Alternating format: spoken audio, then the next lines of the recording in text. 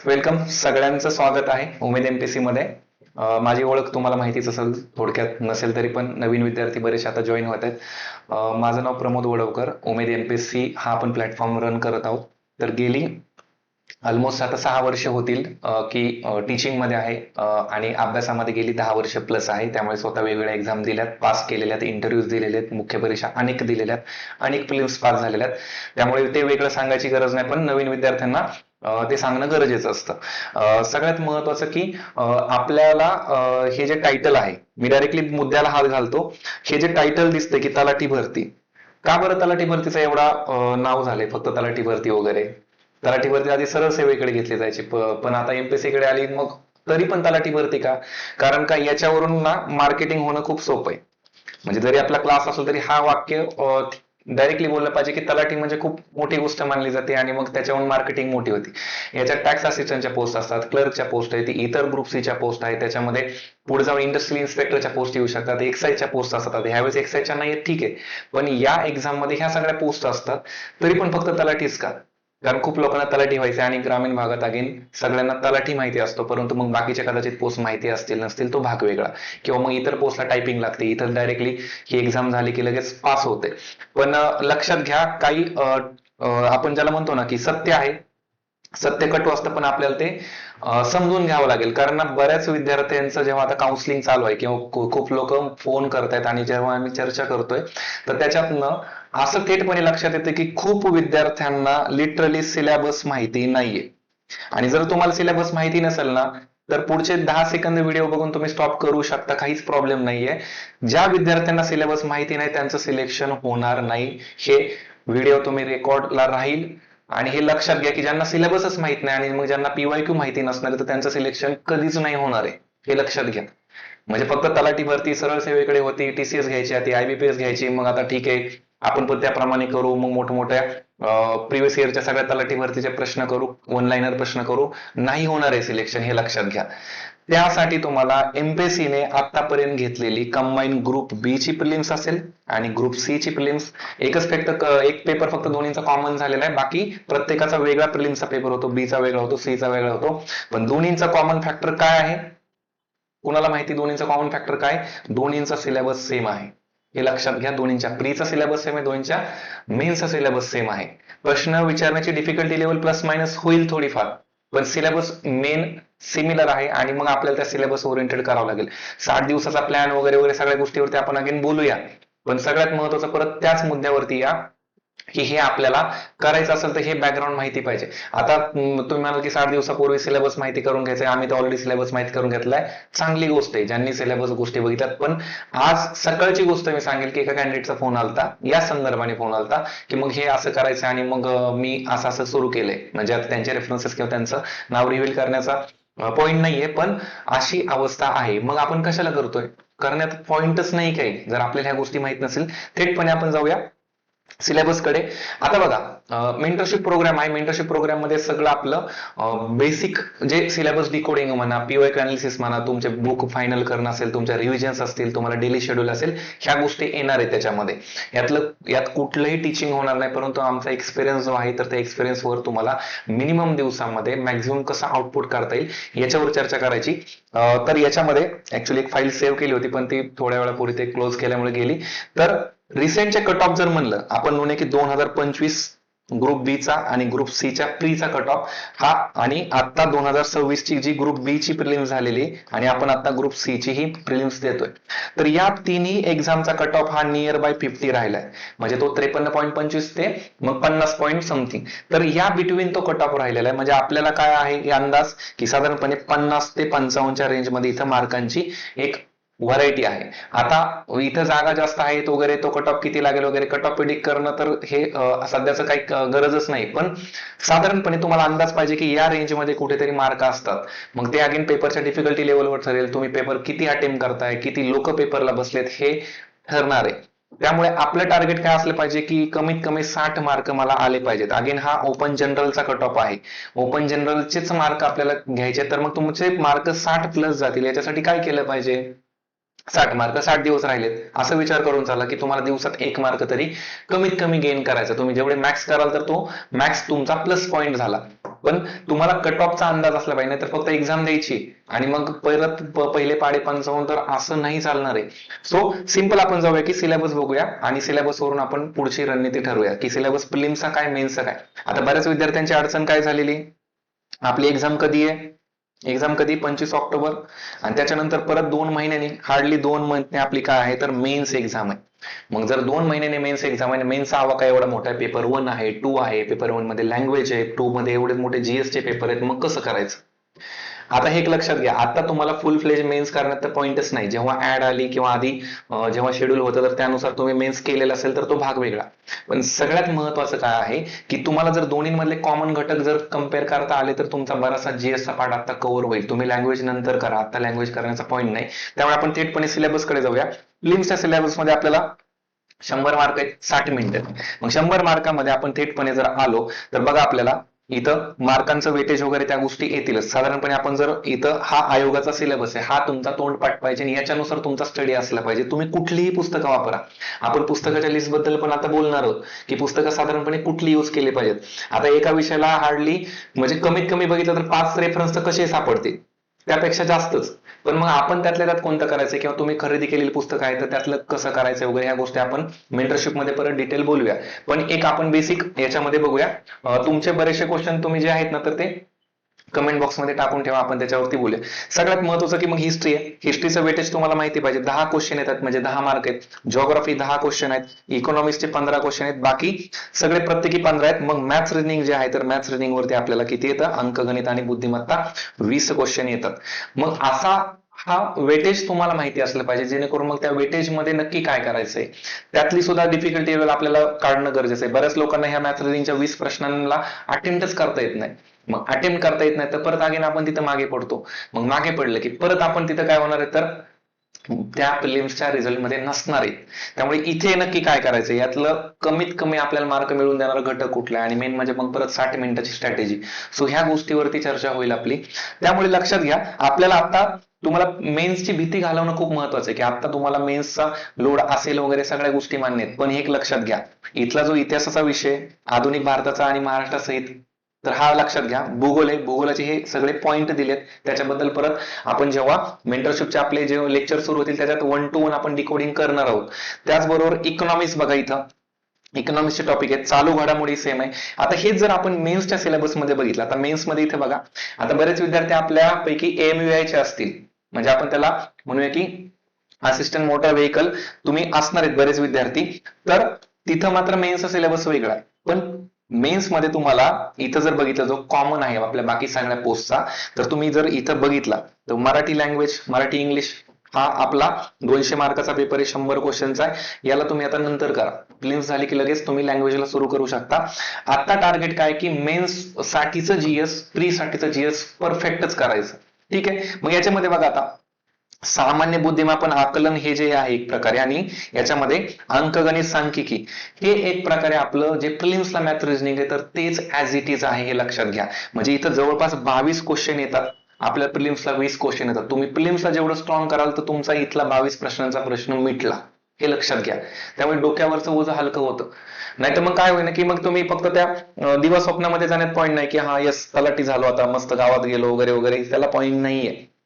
थेटपणे अभ्यासात आपल्याला काय येतं, इथं काय विचारलं तर त्याच्यावर काम केलं तर आहे. तुम्ही आता जे सगळे वेगवेगळे इंटरव्ह्यू बघतात ना, किंवा आपल्या GS4च्या बॅचला असणारा विद्यार्थी, त्याला GS2 इथल्या पेपर 2 मध्ये, म्हणजे ह्या पेपरमध्ये, हा लँग्वेजचा झाला, आपलं ह्याच पेपर 2 मध्ये सर्वाधिक मार्क आहेत महाराष्ट्रामधून. मग ते का शक्य झालं, एकतर खूप सारा अनुभव, पण त्यातल्या त्यात महत्वाचं काय की तुमची क्लॅरिटी असणं सिलेबस बद्दलची, आणि मग तुमच्या सोर्सेस बद्दलची, आणि मग प्लस PYQ. शेवटी तुमची मेहनत असते, तुमच्या मेहनतीवरती मार्क येतात, हे लक्षात घ्या. तुमचं मॅथ्स रिजनिंग इथं कव्हर होतंय, पण मॅथ्स रिजनिंग साठी सुद्धा खूप मोठं टास्क आहे, पण मॅथ्स रिजनिंगच तुमचा रिझल्ट देईल. आपण परत मार्कांवर परत डिटेल बोलूया. याच्यामध्ये बघा, आता माहिती अधिकार कायदा वगैरे हे सोप्या गोष्टी, त्याच्यात आता फंदात पडू नका अजिबात. 3 प्रश्न हार्डले येतात, किंवा कधी कधी 2 प्रश्न, किंवा त्या 3च आपण पकडूया.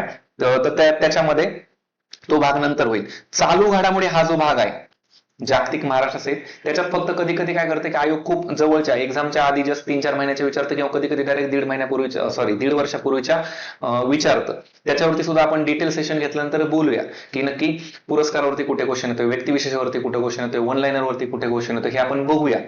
त्याचा तुम्हाला मोजकं काय वाचायचं ह्याच्यावरती आपण काम करूया.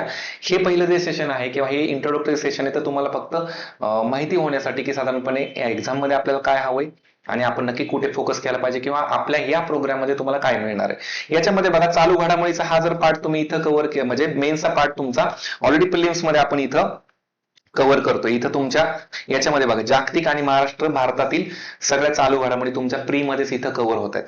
त्यामुळे प्री मेन्सचा पार्ट तुमचा संपला. फक्त काय राहणार आहे अगेन थोडासा कालावधी वाढेल. म्हणजे प्रिलिम्स आपले ऑक्टोबर मध्ये तर आपण असं समजूया की ऑगस्ट एंड पर्यंत साधारणपणे किंवा तुमच्या सप्टेंबर मिड पर्यंत तुम्ही करंट कराल. आपली मेन्स डिसेंबर मध्ये तर तुम्ही अजून एक दीड महिना तुमचा वाढेल फक्त अभ्यासाचा, तेवढाच फरक पडेल, बाकी विशेष फरक नाही पडणार आहे. आता प्रिलिम्सचा दुसरा जर विषय आपण बघितला इथला अजून एक आपला कॉमन वाला राज्यशास्त्र. इथं फक्त राज्यशास्त्र म्हणले आपण त्याला काय म्हणतो की पॉलिटी. तर मग ह्या पॉलिटी विषयाला प्रिलिम्स मध्ये डिटेल दिलेलं नाहीये, पण मेन्सचा जर तुम्ही सिलेबस इथं बघितला तर मेन्सच्या सिलेबस मध्ये इथं थेटपणे बघा काय म्हणलेलं आहे. तर भारतीय संघराज्य व्यवस्था, भारतीय राज्यघटना आहे, स्थानिक स्वराज्य संस्था आहे, पंचायत राज आपण त्याला म्हणतो, कार्यकारी मंडळ म्हणजे आपलं एक्झिक्युटिव्ह आहे, केंद्राचं असेल राज्याचं असेल, आणि मग न्यायमंडळ विधिमंडळ इथं दिलेलं आहे आणि त्याचा इथं थेटपणे सिलेबस दिलेला आहे. याचा अर्थच काय, प्रीला जे राज्यशास्त्र आहे, प्रीला जे आपण पॉलिटी वाचतो तेच इथं आहे. आणि इथं मेन्सला तुम्हाला 15 क्वेश्चन आहेत, 15 क्वेश्चन मध्ये तुमचे 30 मार्क आहेत, प्रिलिम्सला पण 15 क्वेश्चन. म्हणजे तुमचा वाटा बघा इथं किती मोठा आहे पॉलिटीचा. मग हे जर एवढं हक्काचं असेल तर तुम्ही प्रीला जेवढं चांगलं कराल तर मग तुम्हाला मेन्सला त्याचा फायदा ना 100%. मेन्सचं तुमचं बर्डन इथंच कमी होतंय पेपर 2 चं. म्हणून मेन्सचं ओझं आत्ता बाळगू नका, पहिल्यांदा डोक्यात ठेवा की प्री पास व्हायची. ठीक आहे. अजून कॉमन फॅक्टर कुठला आहे याच्यामध्ये, सामान्य विज्ञान बघा. सामान्य विज्ञानमध्ये फिजिक्स आपल्याला केमिस्ट्री बायो वगैरे दिलेले. सेम तुम्ही मेन्सला जर इथे आलात तर मेन्स मध्ये बघा तुम्हाला इथं सामान्य विज्ञान आणि तंत्रज्ञान दिले. इथं फक्त टेक्नॉलॉजी टेकचा पार्ट आणि आपल्याला रिमोट सेन्सिंगचा थोडासा पार्ट फक्त तो ऍडिशन आहे सायन्स टेक म्हणून.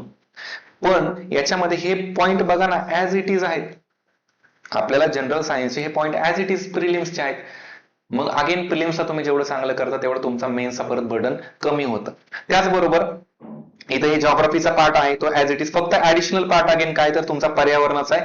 पर्यावरण सोपं येतं, एवढं विशेष अवघड येत नाही, त्यामुळे पर्यावरण तुमचं प्री नंतर करता येईल, प्रिलिम्स नंतर तुमचा अभ्यास होणार आहे. ठीक आहे. त्याच्यानंतर बाकी मग राहतो प्रश्न इकॉनॉमिक्सचा. इकॉनॉमिक्स मध्ये बघा हे पॉइंट आहे तर ते थोडेसे लेंदी वाटतील, बल्की वाटतील, पण त्यातला मेजॉरिटी पार्ट हा जो आपण प्रिलिम्सचा सिलेबस जरी इकोचा बघितला, हा बघा इकॉनॉमिक्सचे प्रिलिम्सला आपल्याला 15 क्वेश्चन येतात, मेन्सला 10 क्वेश्चन येतात, 10 into 2 आपल्याला 20 मार्क. आता बघा ही जी अर्थव्यवस्थेचे आपल्याला टॉपिक दिलेत हे सगळे टॉपिक डायरेक्टली इनडायरेक्टली आपल्याला या मेन्सच्या सिलेबस मधून कव्हर होतात. फक्त मेन्सला काही पॉइंट एक्स्ट्रा आहेत, नक्कीच आहेत, जसं की आंतरराष्ट्रीय व्यापाराचे सिद्धांत वगैरे इथं थोडासा पार्ट एक्स्ट्रा आहे, किंवा आपल्याला सहकाराचा पार्ट इथं थोडासा एक्स्ट्रा आहे, किंवा कृषी मधला थोडासा पार्ट एक्स्ट्रा येतो आपल्याला, आणि इन्फ्रास्ट्रक्चर हा एक एक्स्ट्रा पार्ट येतो. बाकी जास्त काही नाहीये. याच्यावरचे प्रश्न सुद्धा अगेन बऱ्यापैकी सोपे असतात. 2-3 प्रश्न इकडे तिकडे सोडले तर मेन्सचे, प्रिलिम्सला तर बऱ्यापैकी जमून जातात. अगेन त्यामुळे तुमचं प्रिलिम्स आणि मेन्स जर तुम्ही सिलेबसच्या लिंक केल्या, तुम्ही प्रिव्हियस इयरचे क्वेश्चन बघितले तर लक्षात येईल की एवढंही ओझं नाहीये जीएसचं. त्यामुळे तुम्हाला मग प्री नंतर लँग्वेजवर फोकस करता येतो, लँग्वेजचे मार्क सिक्युअर करायचे. जीएसचा ऑलरेडी तुम्ही कंटेंट केलं असतं तर त्यामुळे जीएसचा तुमचा पार्ट तो कव्हर होऊन जातो. लक्षात घ्या हा जो मेंटरशिपचा प्रोग्राम आहे तर ह्या प्रोग्राम बद्दल डिटेल ह्या ज्या गोष्टी आपण बोलतो तर याच्यात तलाठी भरती, मग जे काय चर्चा आता वगैरे सगळी चालली की मग तलाठीच भरती वगैरे, तर तलाठी व्हायचे ना तर येस व्हा, पण तुम्हाला एक्झाम मात्र याच फॉर्मॅटमध्ये द्यावी लागणार आहे आणि ती द्यायचीच आहे आणि ती पास पण व्हायची. तो साधारणपणे आपलं टार्गेट काय आहे 60+ मार्काचं. मग 60+ मार्काच्या टार्गेटसाठी आपण एक मिनिमम थ्रेशोल्ड ठेवला पाहिजे. आता कोणाचं मॅथ्स रिजनिंग वीक असतं, कोणाचं चांगलं असतं, कोणाचं सायन्स वीक असतं, कोणाचं सायन्स चांगलं असतं, हे प्लस मायनस असणार आहे. सो तुम्हाला तुमची लेवल ओळखायची, तुम्हाला तुमची पातळी ओळखायची आणि त्याच्यावरून काम करायचं. आता तुम्ही जर पर्सनली मला म्हणाल, म्हणजे मी आजही एक्झामला जाऊन बसलो तरी पण प्रिलिम्स निघून जाईल लगेच. कारण का मॅथ्स रिजनिंग मला माहिती की मला विदाउट प्रॅक्टिस सुद्धा मी 20 प्रश्नापैकी 20 तर वाचून काढेल, पण कदाचित तिथले 1-2-3 प्रश्न मलाही जमणार नाहीत. पण जेवढे काय सोडवेल, समजा 17 सोडवेल तर 17 पैकी कमीत कमी 15 तर बरोबर येतीलच. मग हा कॉन्फिडन्स तुमच्याकडे आहे का? मग तो जर कॉन्फिडन्स तुमच्याकडे असेल तर मग तुमचं बाकीचं बर्डन कमी होतं. हा, पण प्रश्न परत कुठे येतो आपला? प्रश्न आपला येतो वेळेशी, की आपल्याला वेळ आहे 60 मिनिटं आणि आपल्याला सोडवायचे 100 प्रश्न. आणि बऱ्याच लोकांचे प्रश्न वाचूनच होत नाहीत, कारण का पेपरची लेंथ मोठी. त्यामुळे ज्यांना आधी सरळ सेवेचा फक्त अनुभव आहे आणि बाकी कुठलाच नाहीये, तर त्यांनी कृपया प्रॅक्टिसवरती भर द्या. प्रॅक्टिसवरती आता मी थेटपणे आपल्या पॉईंटकडे येतो मेंटरशिपच्या आणि परत इन बिटवीन बाकीच्या आपल्या कंटेंटकडे जाऊया. साधारणपणे आपल्या 60 दिवसाची स्ट्रॅटेजी, 60 दिवसाची स्ट्रॅटेजी आपण म्हणे की पहिले 20 दिवसाचा एक प्लॅन आपण करूया, परत 20 दिवसाचा आणि परत 10 दिवसाचा आणि 10 दिवसाचा, असा आपला एक प्लॅन असेल. आता ह्या 20 दिवसामध्ये बेसिकली काय करायचंय? आता ह्याच्यात काही विद्यार्थ्यांचा आपल्याला याच्यात आपण म्हणे की विभागणी करावी लागेल काही विद्यार्थ्यांची. तर विभागणी साधारणपणे कशी असेल की तुमचे साधारणपणे आता कव्हर झालेले टॉपिक, टॉपिक म्हणण्यापेक्षा आपण त्याला म्हणू की सब्जेक्ट, कारण का तुम्ही अभ्यास थोडीच आज सुरू केलेला आहे, तेव्हा तुम्ही आधी सुरू केलेला आहे, पण तुम्हाला ते प्लॅन मध्ये बसवायचे. ठीक आहे, तुम्ही कव्हर केलेले टॉपिक आणि मग तुम्ही नाही कव्हर केलेले टॉपिक, असं आपल्याला बघावं लागेल अनकव्हर्ड टॉपिक. आणि त्यानुसार आपल्याला ह्या 20 दिवसामध्ये अनकव्हर्ड टॉपिक वरती भर द्यावा लागेल. तुमचे जर ज्याची जास्त चांगली वाचन, रिडिंग, रिव्हिजन झालेली असेल तर त्याला आपल्याला पुढं नेक्स्ट टप्प्यामध्ये ठेवता येऊ शकतं. त्यामुळे लक्षात घ्या की तुमच्या व्यक्ती म्हणजे एक प्रकारे आपण की प्रिपरेशन लेवलनुसार बदलेले आहे, पण त्याच्यामध्ये मुद्दा तोच आहे की आपल्याला मॅक्झिमम मार्क घ्यायचे आणि कुठल्या विषयाला आपल्याला मागे सोडायचं नाहीये. त्यामुळे आपल्याला एक स्वतःचं पण व्हॅल्यू म्हणजे एक अनालिसिस करावं लागेल की मी कुठपर्यंत आहे, माझा नक्की टप्पा कुठला आहे, तर ह्या टप्प्यावरती काम करावं लागेल. आता याच्यामध्ये बघा महत्वाचा पॉईंट काय आहे की आपल्याला हक्काचे मार्क देणारे टॉपिक कुठले. मग ह्या टॉपिक वरती पुन्हा जर आपण बघितलं तर सिलेबस कडे येऊया. सो सिलेबस कडे आल्यानंतर एक लक्षात घ्या, अगेन आपल्याला मार्क घ्यायचे, मग तुम्ही ते कुठूनही घ्या. तर एक हिस्ट्री हा जो विषय, तर हिस्ट्रीमध्ये कधी कधी काय होतं की एकदमच टफ क्वेश्चन येतात किंवा मग बऱ्यापैकी जमणार आहेत, पण याच्यामध्ये आपण म्हणू की 50-50 आहे. म्हणजे तुम्हाला 100% जमणार नाहीत, पण 100% जमणारे कुठलेत किंवा बऱ्यापैकी मॅक्झिमम आपण म्हणूया 80%, 90% तुम्हाला जॉग्राफीमध्ये चांगले मार्क येऊ शकतात. जॉग्राफीमध्ये असे तुम्हाला विद्यार्थी दाखवेल की जे 7, 8, 9, 10 पर्यंत मार्क घेतले. 10चे संख्या कमी आहे, पण 10 पैकी 8, 9 पर्यंत गेलेले विद्यार्थी आहेत. मग जर इथं तुम्हाला टार्गेट तुम्हाला आपण म्हणू की 70% जरी तुम्ही ठेवलं तरी पण चालेल. इकॉनॉमिक्स मध्ये 15 पैकी 13, 14 सुद्धा घेतलेले विद्यार्थी, अगेन तुम्हाला आउट ऑफ नाही आले तरी चालतील, पण तुमचे 12, 13 येऊ शकतात, थेटपणे येऊ शकतात. तुम्ही मागचे क्वेश्चन्स काढून बघा आणि तुम्ही विद्यार्थ्यांनाही बाकीच्या विचारू शकता. इथे तुमचे एक 12 ते 13 येऊ शकतात, पण आपण अगेन मिनिमम पकडले. आणि मग निगेटिव्ह वगैरे ह्या गोष्टी ज्या आहेत तर तुमच्या प्रिपरेशनच्या टप्प्यावरती आहेत, तुमच्या अटेम्प्ट वरती आहेत कशा, पण तेवढे मार्क तुम्हाला येऊ शकतात. त्याचबरोबर चालू घडामोडीला सुद्धा आपण म्हणू की 50% मध्ये जातो तो भाग. पॉलिटीमध्ये सुद्धा कित्येक विद्यार्थी आउट ऑफ घेतात. 15 पैकी 15 घेतलेले विद्यार्थी 13, 14 घेतले, तुम्हाला इथं 13 तर कसेही येऊ शकतात. सामान्य विज्ञान सुद्धा अगेन 50-50 मध्ये जातो. आता राहिला प्रश्न मॅथ्स रिजनिंगचा, तर मॅथ्स रिजनिंग मध्ये जसं तुम्हाला म्हणलं की तुमच्या त्या प्रिपरेशन वरती की तुमचं नक्की कसं आहे ते, तर याच्यामध्ये महत्वाचा पॉईंट आहे की तुम्ही जेवढं काही सुटणारे प्रश्नावरती जर काम केलं तर मात्र मग तुम्हाला याचा फायदा आहे. सो याच्यामध्ये तुम्ही जेवढे काय मग 20 पैकी तुम्हाला 15 येऊ शकतात, 20 पैकी 17-18 येऊ शकतात. तुम्ही किती अटेम्प्ट करतात, किंवा काही विद्यार्थी असेही मी बघितले की त्यांनी 10 सोडवले आणि त्यांचे 10च्या 10 बरोबर आले. मग ह्या गोष्टींची बेरीज करा एकदा, साधारणपणे तुम्ही मिनिमम कुठपर्यंत जाताय आणि मग मिनिमम तुम्ही बरोबर त्या कट ऑफच्याही रेंजच्या वरती जाऊ शकता. आणि अगेन ते तुमच्या प्रिपरेशन वरती आहे. सो आता मुद्दा हा आहे की इथून पुढे कसं, आणि 60 दिवसात खरंच होऊ शकतं का? तर ज्या विद्यार्थ्यांनी मग अशी प्रश्न मी बघितले काय की इथून पुढे खरंच होऊ शकतं का, तर अगेन होऊ शकतं आणि नाही होऊ शकत. जसं सांगितल्याप्रमाणे की तुम्हाला मग जर करायचंच असेल, पासच व्हायचंय, तर सगळ्यात महत्वाचं की तुम्ही मॅथ्स आणि रिझनिंगला टार्गेट केलं पाहिजे. म्हणजे तुम्ही मेंटरशिप मध्ये या ना काही, पण एक बेसिक प्लॅन मी सांगेल की खरंच मॅथ्स रिझनिंगला टार्गेट केलं पाहिजे. मॅथ्स रिझनिंगला कसं टार्गेट केलं पाहिजे, एक आपण लाईव्ह एक्झाम्पल घेऊया. हा माझ्यासमोर 25चा पेपर आहे. ठीक आहे, 25च्या पेपर मधला मी मॅथ्स रिझनिंगचं सेक्शन डायरेक्टली ओपन करतो आणि त्यातले आपण बघूया की प्रश्न आपल्या बघता क्षणी कसे सोडवण्यासारखे वाटतात किंवा कुठले आहेत, किंवा ते आपल्याला सुटू शकतात का, किंवा आपण त्यांना कमी वेळेत वाचू शकतो का. आता बघा डायरेक्टली 81 पासून पुढे प्रश्न आहे. आता बघा थेटपणे हा काय आहे की काहीतरी संख्येचा दिला आणि पर्सेंटेजचा, याचा अर्थ काय, हा थेटपणे सुटणारा प्रश्न आहे. म्हणजे मला तरी प्रायमरी लगेच वाटतं बघून की हा सुटू शकतो प्रश्न. याचा अर्थ काय, तुमचा एक टॉपिक फिक्स झाला इथं की तुम्हाला पर्सेंटेज टॉपिक करायचा आहे. पर्सेंटेज टॉपिकवर प्रश्न असतात. रेशो प्रपोर्शन वरती आपण ज्याला प्रमाण गुणोत्तर वगैरे म्हणतो, तर त्याच्यावरती प्रश्न असतो, एजवरती प्रश्न असतो, आपल्याला ट्रेनवरती प्रश्न असतो. तर प्रश्नांचे टॉपिक तुम्हाला काढायचे, याच्यासाठी पीवायक्यू अनालिसिस आपण घेणार आहोत. पीवायक्यू अनालिसिस मधून आपल्याला तेच टॉपिक सॉर्ट आउट करायचे आणि त्याचीच तुम्ही जर प्रॅक्टिस केली तर ते तुम्हाला हक्काचे मार्क येऊ शकतात. हा प्रश्न सुटण्यासारखा आहे. बघा, मी रेशो प्रपोर्शन म्हणलं, लगेच रेशो प्रपोर्शनचा प्रश्न आलाच की कोणाचं प्रमाण किती आहे वगैरे. हा प्रश्न थेटपणे सुटतो. बरेच विद्यार्थी ऑप्शन्स वरून प्रश्न सोडवतात, प्रश्न वाचून सोडवतात. त्यातला मी पण एक आहे की मला ऑप्शन बघून ऍटलीस्ट अंदाज येतो की येस इथं उत्तर काय असू शकतं किंवा काही नाही. त्यातलं मग थोडेसे तुम्हाला मात्र पाडे वगैरे जमले पाहिजेत बेसिक. हे सोपं आहे. बाकी हिस्ट्री डिटेल करण्यापेक्षा, सायन्स डिटेल करण्यापेक्षा किंवा सायन्स कमी वेळात आपण जास्त वेळ दिला म्हणजे कमी वेळात आपल्याला तिथं जास्त वेळ देऊन सुद्धा तेवढं आउटपुट निघेल किंवा नाही याची शाश्वती कमी. पण इथे तुम्हाला मार्क येऊ शकतात. इथं कारण का पाठांतर काहीच नाही करायचं, कुठलं वर्ष लक्षात नाही ठेवायचं, कुठले आकडेवारी लक्षात नाही ठेवायची, फक्त तुम्हाला बेसिक फॉर्म्युला माहिती असेल आणि तुमची सोडवण्याची जर कॅपॅसिटी असेल, ग्रॅव्हिटी असेल, तर मात्र ते जमू शकतं. त्याच्यानंतर बघा, इथं बघा, हे तर आपल्याला म्हणजे तुम्हाला आपण सरळ व्याज असेल, चक्रवाढ व्याज असेल, सिंपल. अगेन हा प्रश्न कशाचा आहे? पर्सेंटेजचाच आहे, हे लक्षात घ्या. पर्सेंटेज टॉपिक तुमचा बेस चांगला असेल तर तुम्हाला याचे उत्तर निघतात, थेटपणे याचे मार्क मिळून जातात. त्याच्यानंतर पुढचा प्रश्न काय? अगेन बघा, हे कामाचा वेळ, काम, टाइम स्पीड, डिस्टन्स, हे 2 टॉपिक आहेत. एआयच्या जमान्यामध्ये तुम्हाला आजकाल एवढे सोल्युशन्स मिळतात, युट्यूबच्या जमान्यामध्ये एवढे फ्री सारे लेक्चर्स आहेत, तर मग हे हक्काचे मार्क का घालवायचे? कारण आपल्याला इतिहासामध्ये, करंटमध्ये, सायन्समध्ये एक्झॅक्ट नाही माहिती की प्रश्न कुठून येणार आहे. आपण फक्त गेस करू शकतो. पण इथे एक्झॅक्ट माहिती की मला जर याचा फॉर्म्युला बेसिक माहिती असेल, इथले आकडे किती बदलू दे ना, कोणी किती दिवस काम केलेलं आहे, तुम्ही त्या फॉर्म्युल्यात टाकलं की पटकन तुम्हाला उत्तर येणार आहे. मग याच्यावरती काम केलं पाहिजे, याचा विचार तुम्ही केला पाहिजे. ही जर प्रायोरिटी असेल तर मात्र मग आपला रिझल्ट येणं खूप सोपं आहे.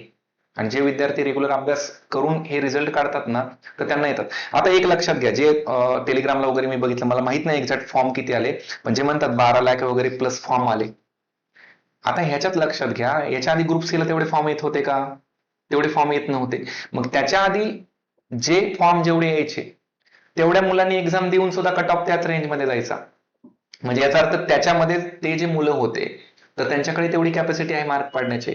आता फक्त ऍडिशन झाले असं आपण समजूया. फॉर एक्झाम्पल, मला अगेन माहिती नाही आकडा किती, पण आधी 3 लाख मुलं एक्झाम देत होते, आता डायरेक्ट 12 लाख आले, डायरेक्ट 9 लाख वाढले, किंवा आपण म्हणूया की 9 लाख न पकडा 6 लाखच वाढले असं समजूया. ठीक आहे, 6 लाख आधी देत होते, आता ऑलरेडी 6 लाखांमधून तेवढे त्या कट ऑफला जात होते, किंवा आता मग हे बाकीचे विद्यार्थी आलेत, तर याच्याने काय होणार आहे? ऑलरेडी जे अभ्यास करून देत होते, ज्यांना पॅटर्न माहिती आहे, किंवा मी सुरुवातीला सिलेबसचं जे म्हणलं की ज्यांना ऑलरेडी ह्या गोष्टी माहिती, तर ते ऍडव्हान्टेज मध्ये असणार आहेत. मग नवीन येणाऱ्या विद्यार्थ्यासमोर ऍक्च्युअली चॅलेंज आहे, हे लक्षात घ्या. कारण का इथली प्रश्न पद्धती, इथला सिलेबस, इथलं जे सोर्सेस मुलं वापरतात आणि जे एक प्रकारे पेपर अटेम्प्ट करतात 60 मिनिटांमध्ये, मग त्या माइंडसेटमध्ये तुम्ही जर जात असाल, तुमची जर तयारी असेल, तर मात्र होऊ शकतं. म्हणून मी सांगेल की सुरुवातीला तुम्हाला 10 तास तरी अभ्यासाला द्यावे लागतील. राहिले तर 60 दिवस ना, 10 तास अभ्यासाला दिलेच पाहिजे. मग त्याच्यात आपण डेली एक प्रकारे शेड्यूल वगैरे ठरवूया, प्लॅन किती दिवस किती तास कोणता अभ्यास करायचा वगैरे ह्याच्यावरती आपण बोलूया. पण हे जे मी सांगत होतो इथे अगेन परत विषयांतर होतं, कारण सांगायचं खूप सारं आहे. तर असे जे प्रश्न आहेत इथे बघा, आता 2 विषम संख्यांच्या वर्गातील फरक वगैरे, म्हणजे अगेन आपल्याला वर्गाचं वगैरे विचारलेले प्रश्न सोपे असतात, हे सुटतात प्रश्न. प्रश्न कुठे?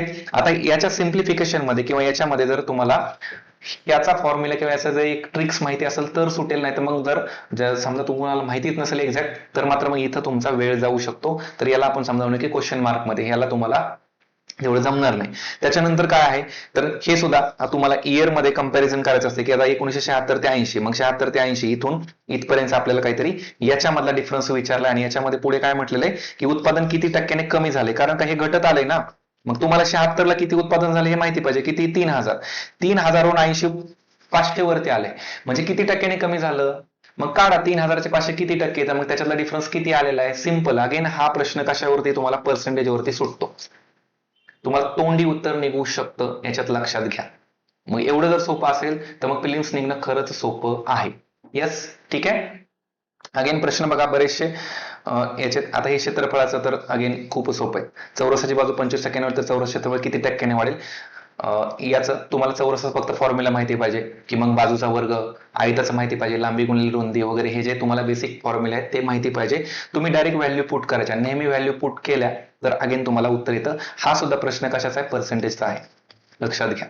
पर्सेंटेजवरच तुम्हाला तो सोडवता येतो. त्याच्यानंतर बाकी ठीक आहे, बाकी परत प्रश्न बरेचसे आहेत. हे असे प्रश्न तर बघा, टाइम स्पीड डिस्टन्स आहे हा प्रश्न. हा सुद्धा बघा पर्सेंटेजचाच आहे.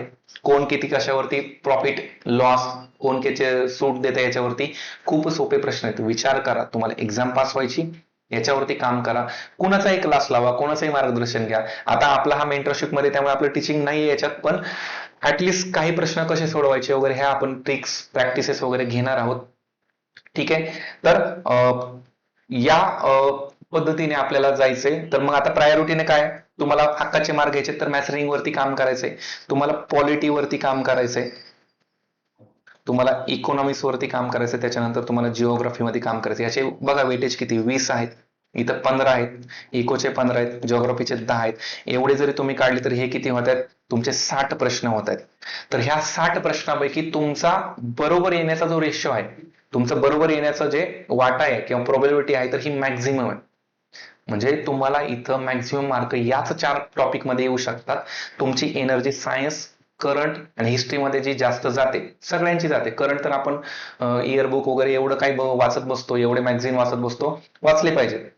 पण मग त्याच्यात सुद्धा जे आउटपुट निघतं, तर त्या आउटपुटमध्ये आपल्याला इथे जास्त आउटपुट निघतं. त्यामुळे तुम्ही याच्यावर फोकस करा. कदाचित तुमचा जर यातला कुठला सब्जेक्ट मागे राहिला असेल तर कृपया तेवढा सुरुवातीला करा. ठीक आहे, आपण डायरेक्टली बुक लिस्ट कडे येऊया. आता बुक लिस्ट ही कोट अनकोट सांगतो, सूचना आहे की हीच परमनंट बुक लिस्ट नाहीये. एक फक्त बेसिक आपण याच्यामध्ये घेतले, त्याच्यात मी अजून ऍडिशन सांगणार आहे. नाहीतर तुम्ही म्हणाल की नाही तुम्ही ही सांगितली म्हणजे कोणाच तरी प्रमोशन आहे वगैरे वगैरे. बिलकुल काही नाही. एक जे कमीत कमी वेळेत जे वाटलं, कमीत कमी वेळेत तुम्हाला हे करता येऊ शकतं, तर त्याच्यावरती होईल. तर सगळ्यात महत्वाचं की तुम्हाला हे सगळं करण्याआधी तुमच्याकडे पीवायक्यू अनालिसिस असलं पाहिजे. तुम्ही मग आयोगाचे ओरिजिनल पेपर घ्या, कुठलं बुक घ्या, मार्केटमध्ये वेगवेगळे बुक्स आहेत, कोणाचं अगेन प्रमोशन नाही, लोकसेवा अकॅडमीचं पुस्तक आहे, लॉजिक बुस्टर आहे, अजून इतर पुस्तक असतील, तुम्ही कुठलंही एक रेफरन्स म्हणून घेऊ शकता. आणि सगळ्यात महत्वाचं की आयोगाचे ओरिजिनल क्वेश्चन पेपर, आयोगाचे क्वेश्चन पेपर तुमच्याकडे पाहिजेत. त्याच्यावरून तुम्हाला कळतं की ऍट अ टाइम तुम्हाला 100 प्रश्नाचा अंदाज आला पाहिजे. जसा हा आता पेपर मी तुम्हाला दाखवला तसा पेपर तुमच्याकडे पाहिजे. आणि ऍटलिस्ट 2020 पासूनचे तरी पेपर तुमच्याकडे असतील तर तुम्ही ऍडव्हान्टेज मध्ये असाल. आता बघा, मुद्दा हा आहे की आपण एक बेसिक लिस्ट दिली. अगेन ही फिक्स नाहीये. तुमच्यापैकी तुम्ही तर ही पुस्तकं तर आमच्याकडे नाहीतच, मग काय आम्ही पास होणार नाहीत का, असं बिलकुल नाहीये. तुम्ही पुस्तकं जी कुठलीही रेफर करता तर त्याच्यामध्ये इम्पॉर्टंट आहे की आपला सिलेबस, आयोगाने विचारले प्रिव्हियस इयरचे क्वेश्चन पेपर याचे संदर्भ आहेत, त्याला कव्हर करणारा घटक आहे, तर ते पुस्तक चांगले, हे लक्षात घ्या. इथे एक फक्त कमीत कमी वेळेत तुम्हाला, अगेन ह्याच्यात मी बरेचसे चेंजेस सांगेल तुम्हाला. एक बघा, आपण टॉपिक वाईज जाऊया, सब्जेक्ट वाईज. यामध्ये बघा, पहिलं इतिहास आहे. लोकसेवा आप्पा सरांच्या नोट्स आहेत, तुम्ही त्या रेफर करू शकता, एकदम छोट्यामध्ये तुम्हाला जमतील. काही विद्यार्थी पवन सरांच्या नोट्स वापरत असतील, काही उमेश कुदळे सरांच्या नोट्स वापरत असतील, किंवा इतर कोणी असतील. अनेक नावं आहेत मार्केटमध्ये, तुम्ही कोणाच्याही जरी वापरत असाल, तुमच्याकडे एक्झिस्टिंग असाल तर त्यालाच कंटिन्यू करा. पण याच्यामध्ये ऍडिशन अगेन 11th ओल्ड जे पुस्तक आहे तर ते आपल्यासाठी खूप महत्वाचं आहे. 11वीचं जुनं पुस्तक खूप गरजेचं आहे. आप्पा सरांच्या नोट्स वापरल्या तरी तुमचं एकदम शॉर्टमध्ये होईल त्याच्यामध्ये. ठीक आहे, याच्यामध्ये ओके होऊन जाईल. आता महाराष्ट्र भूगोलमध्ये बघाल तर लोकसेवाच आहे, दीपस्तंभच आहे. काही विद्यार्थी सौदी सरांचं पण वापरायचं, सौदी सरांचं सुद्धा चांगलं आहे. मुद्दा परत तोच आहे की प्रिव्हियस इयरचे क्वेश्चन पेपर आणि मग सिलेबसला धरून आपले पॉईंट त्या पुस्तकातून, त्या नोट्स मधून कव्हर होत आहेत, बिंदास गो, बिंदास त्याला जा, काही प्रॉब्लेम नाही. पण मग अगेन की तुम्ही म्हणाल की मी हा सोर्स पण करणार, तो पण करणार, तर मग मल्टिपल सोर्सेस मध्ये जाल तर अडकाल. कुठलाही एकच सोर्स करा, आता वेळ कमी आहे म्हणून यातला एक. आता बघा, भारतीय जिओग्राफी बद्दल प्रश्न आयोग विचारण्याचं वाढले प्रमाण, पण भारतीय जिओग्राफीचं जर बघितलं, म्हणजे इंडियन जिओग्राफी बद्दल बघितलं तर सौदी सरांचं पुस्तक आहे, दीपस्तंभचं आहे, पण मग ती पुस्तकं थोडीशी बल्की आहेत. मग त्यातल्या त्यात काय करायचं, तर याला प्रायोरिटी काय द्यायची की तुम्ही पीवायक्यू थ्रू गेलं पाहिजे. पीवायक्यू थ्रू तुम्ही गेलात, ऍटलीस्ट पीवायक्यू बेस जो जेवढा डेटा आलाय तर पीवायक्यू बेसचा डेटा तेवढा करून घ्या, म्हणजे त्याचा आजूबाजूचा. मग त्यासाठी तुम्हाला लॉजिक बुस्टर हे खूप कामाला पडू शकतं. तुम्हाला ते त्याच्यामधनं मोजका डेटा तुम्ही पटकन करून घेतला, मग ते काम सोपं होऊ शकतं त्याच्यामध्ये. ठीक आहे, याच्यानंतर पॉलिटी तर बरेच विद्यार्थी, मग एम लक्ष्मीकांत सरांचं पुस्तक आहे, त्याच्यानंतर कोळंबे सरांचं पण पुस्तक आहे, पण कोळंबे सरांच्या पुस्तकात काही टॉपिक नाही आहेत, तर काही टॉपिक तुम्हाला ते ऍड ऑन करावं लागतील. आप्पा सरांच्या काही नोट्स आहेत, किंवा इतरही नोट्स तुमच्याकडे असतील, कोणाच्या असतील समाधान कोकडे सरांच्या नोट्स आहेत, अजून बाकी कोणाच्या, पण मुद्दा परत तोच आहे की तुम्हाला एक सोर्स तुमचा जो आहे तर तो फायनल त्याच्यामधून करायचा आहे. इकॉनॉमिक्स मध्ये आपल्या उमेदच्या पण नोट्स आहेत, तुम्ही त्याही करू शकता, किंवा मग अगेन लोकसेवाचे आहेत कोळंबे सरांचे, किंवा मग देसले सरांचं सुद्धा पुस्तक आहे. अगेन मुद्दा परत तोच येतो की सिलेबस मध्ये जे दिलेले पॉइंट्स आहेत, इथं बऱ्याच विद्यार्थ्यांची चूक होते की एवढे जे टॉपिक आपल्याला दिलेत इकॉनॉमिक्सचे, हेच टॉपिक फक्त करा, बस एवढे टॉपिक केले इनफ आहे. राष्ट्रीय उत्पन्न, शेती, उद्योग, परकीय व्यापाराचा करंटचा डेटा करून ठेवायचा, बँकिंगचं बेसिक करून ठेवायचं. पॉप्युलेशन टॉपिक खूप महत्वाचा आहे, कारण का पॉप्युलेशन टॉपिक तुम्हाला थेटपणे कुठे विचारला तो ज्योग्राफीमध्ये सुद्धा याचे क्वेश्चन येतात, चेक करून बघा.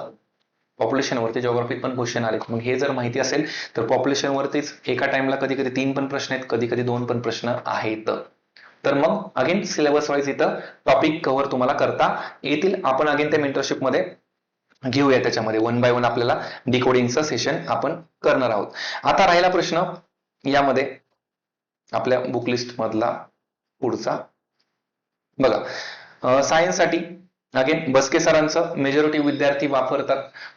अगेन लोकसेवाच्या नोट्स आहेत, किंवा मार्केटमध्ये अजून इतरही पुस्तक आलेत, पण ते तुमच्यावरती आहे की नक्की सायन्सला किती डिटेल जायचं, कारण का सायन्स असे प्रश्न कधी कधी आयोग विचारतात तर ते डोक्यावून जातात. त्यामुळे सायन्स बऱ्याच जणांसाठी एक आपण म्हणूया की एक ती धोक्याची घंटा म्हणून अशी राहिलेली असते.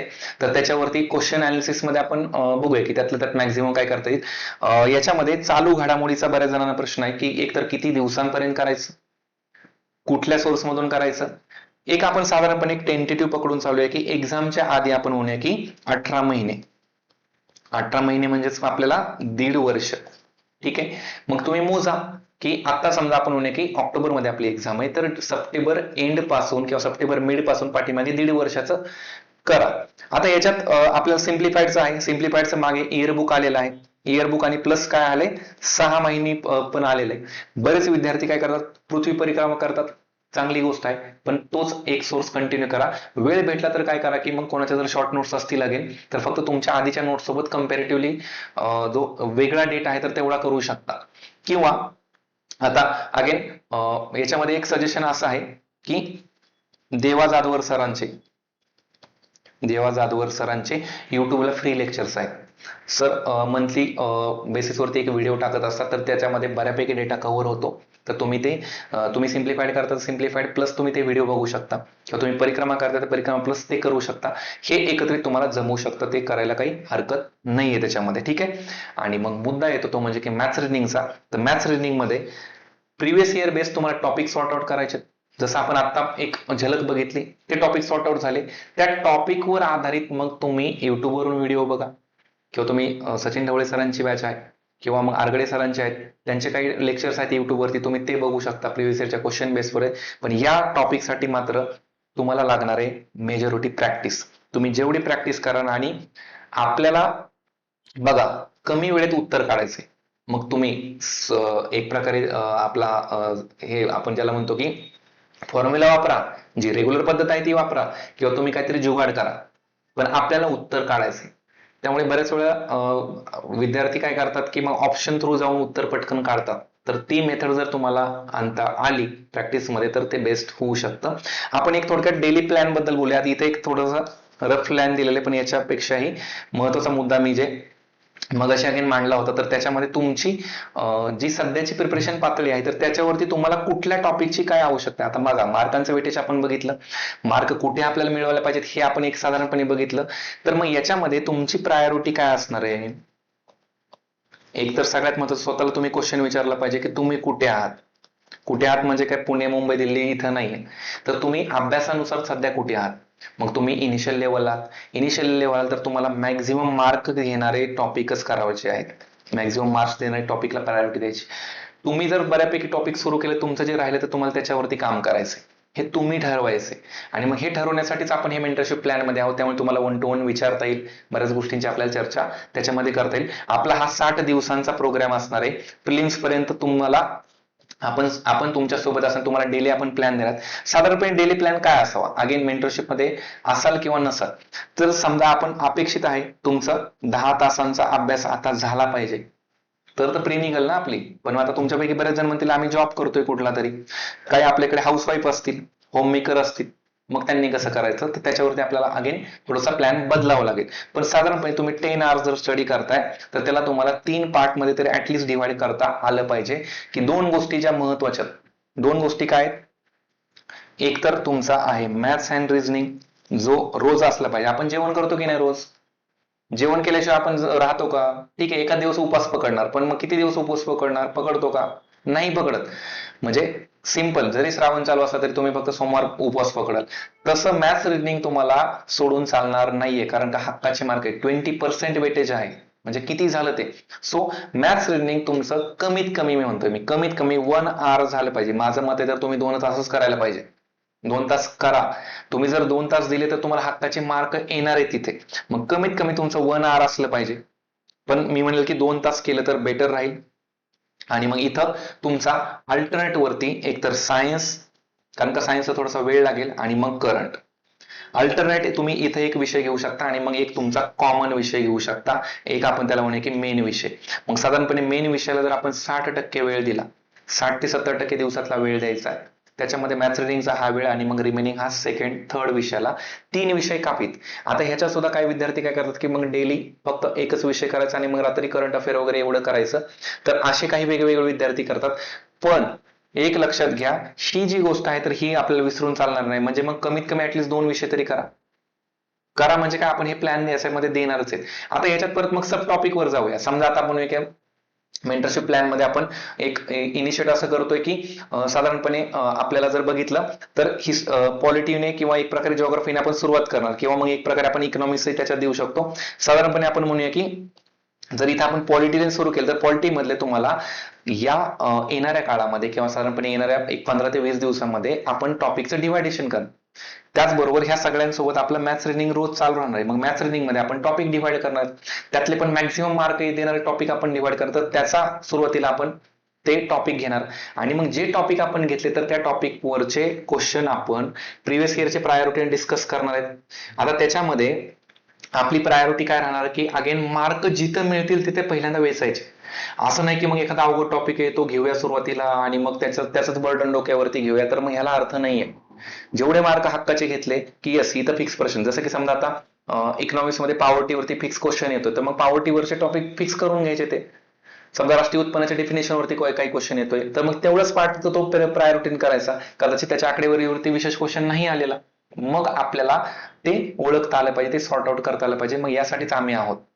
म्हणजे तुमचं जे डेली शेड्युलिंग आहे तर ते आपण करणार आहेत, तुम्हाला प्लॅन आउट करून देणार आहेत आपण. त्याच्यात ओव्हरऑल वीकली काय असणार आहे, साधारणपणे तुमच्या पहिल्या 20 दिवसात काय असणार आहे, प्रत्येक सब्जेक्टला कसा अप्रोच पाहिजे तुमचा. तुम्ही भले नवीन असाल, तुम्ही जुने असाल, किंवा तुमचे बरेच वर्ष झालं तुम्ही करताय पण प्री निघत नाहीये, मार्जिन वरती राहते, तर तुम्हाला ते बोलता येईल, तुमच्या समस्या मांडता येतील, तुम्ही ते पाठवू शकता डिटेल्स, तर त्याच्यावरती आपल्याला काम करता येईल. त्यामुळे आपल्याकडे असणारे विद्यार्थी जर बघितले मल्टिपल फ्रंट मध्ये, म्हणजे बरेच जण डायरेक्टली थेटपणे नवीन आलात, काही इतर सरळ सेवा देऊन आलात, काही विद्यार्थी आपल्याकडे बरेच वर्ष झालं करतायत, काही विद्यार्थी आपल्याकडे जॉब वालेत, काही विद्यार्थी मग अगेन काय की राज्यसेवा किंवा इतर एक्झाम करत होतात. पण मग तुम्हाला हे करायचंय, अल्टिमेटली टार्गेट काय, तर आपल्याला पास व्हायचंय आणि हे पास होण्यासाठी आपल्याला 60+ मार्कांचं टार्गेट ठेवायचं.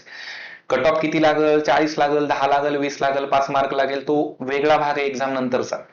पण मग तुमचं टार्गेट काय पाहिजे, 100 मध्ये 60+ आले पाहिजेत. मग याचा अर्थ 60+ यायचे, त्याच्यासाठी तुम्हाला अटेम्प्ट पण चांगला करावा लागेल. अटेम्प्ट चांगला करायला तुम्हाला प्रॅक्टिस लागणार आहे, कारण का प्रॅक्टिस शिवाय तुम्हाला 1 तासात पेपर कव्हर होणारच नाहीये. तुम्ही किती म्हणाल की मी हे पुस्तक वाचून ठेवणार वगैरे वगैरे, नाही होते, गॅरंटेड नाही होते. आणि तुमची आत्ताच जेवढी चांगली प्रॅक्टिस आहे तेवढी तुम्हाला 2 महिन्यानंतर मेन्सचे 2 पेपर लिहायचेत म्हणजे सोडवायचेत. लँग्वेजचं एक वेगळं चॅलेंज आहे, लँग्वेज बद्दल आपण परत मेन्सच्या टाइमला भेटूया. पण मग इथे महत्वाचं काय, तर आपण ह्या गोष्टी करत. आता याच्यामध्ये परत प्रश्न असा होता की मग मी एकटाच घेणार आहे का, इतर कोणी, तर इतर वेगवेगळ्या आपण टॉपर्सचे काही सेशन्स अरेंज करणार आहोत, इतर काही व्यक्तींचे, आणि त्याच्यामध्ये तुमच्याशी इंटरॅक्ट होण्यासाठी त्यांचे अनुभव, त्यांचे म्हणजे त्यांनी समजा स्वतः एक्झाम देत असताना कसे पेपर सोडवले, किंवा साधारणपणे कुठल्या टॉपिकला कसा अप्रोच केला, माझे एक्सपिरियन्सेस आहेत. तर असे वेगवेगळे लोक तुम्हाला भेटतील. नावं सगळ्यांची रिव्हील करत नाही. आता तुम्ही म्हणाल की मग नावं नाही सांगितलं तर आम्ही कसं काय प्रोग्राममध्ये यायचं, पण जे लोक असतील तर त्यांचे खूप चांगले एक्सपिरियन्स असतील, काही त्याच्यातले ऑलरेडी पोस्टवर असतील. त्यामुळे असं नाही की कोणी आयरा आणून ठेवला आणि मग लगेच झालं, तर रिझल्ट आलेलेच लोक असणार आहेत. त्यामुळे काही अडचण नाहीये. मेंटरशिप आपली 60 दिवस चालेल. त्याची फीज आपली आहे 499. हे तुम्हाला आपल्या उमेदच्या ऍप मधून घेतलेल्या ऍपची लिंक तुम्हाला या व्हिडिओच्या डिस्क्रिप्शन मध्ये दिलेली आहे. तर आपला हा प्रोग्राम उद्यापासून सुरू होतोय. उद्यापासूनचं प्लॅनिंग दिलं जाईल. पुढचे आपल्याला फक्त 60 दिवस राहिलेत. आता मी तुमच्या क्वेश्चनकडे येतो आणि मग बाकी काय राहिलेला डेटा आहे तर मी त्याच्यामध्ये सांगतो. तर प्रश्न तोच होता की आतापासून शक्य आहे का, तर परत अगेन की तुमचा मिनिमम सोर्स प्लस तुम्हाला सिलेबसला धरून तो सोर्स वाचायचा आहे आणि प्लस PYQs याची जर सांगड घातली आणि मग त्याच्यामध्ये मी एक अजून ऍडिशन करेल की तुमची मॅथ्स रिजनिंग मुळे प्रॅक्टिस, हे जर झालं तर तुम्हाला शक्य आहे. अगेन कुठलेही टीचिंगचे लेक्चर होणार नाहीत, पण टीचिंगचे जरी लेक्चर नाही झाले तरी फॉर एक्झाम्पल तुम्हाला जसं म्हणलं की इथं तुम्हाला काय आहे, आपण हे जे क्वेश्चन जे घेतलेत हे सगळे, तर याच्यावरती आपण काय करणार तर PYQ अनालिसिस घेणार आहोत की साधारणपणे हा क्वेश्चन आहे तर याच्यामध्ये काय फोकस केला पाहिजे काय, किंवा आता रॅन्डम आपण कुठलाही GS एखादा क्वेश्चन काढला. आता समजा पोलीस पाटलांची नेमणूक करण्याचा अधिकार कोण असेल, ठीक आहे, हा क्वेश्चन इथे आला.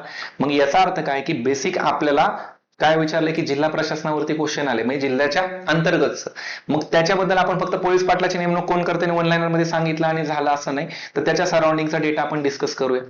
त्याचबरोबर समजा आता इथं क्वेश्चन आपल्याला जोड्या लावायला विचारलं म्हणजे चुकीची जोडी विचारली, मग आपल्याला काही समानतेचा अधिकार, शोषणाविरुद्ध किंवा धार्मिक सांस्कृतिक, मग याच्या व्यतिरिक्त आपल्याला आता हा प्रश्न कुठला आहे तुम्हाला लगेच आयडेंटिफाय झाला, FR बद्दल आहे, फंडामेंटल राईट्स. मग फंडामेंटल राईट्स तुम्हाला लगेच मग आर्टिकल 12 पासून ते मग पुढे तुम्हाला 36 पर्यंत हे माहिती पाहिजे, म्हणजे 35 पर्यंत. DPSP 36 पासून सुरू होते.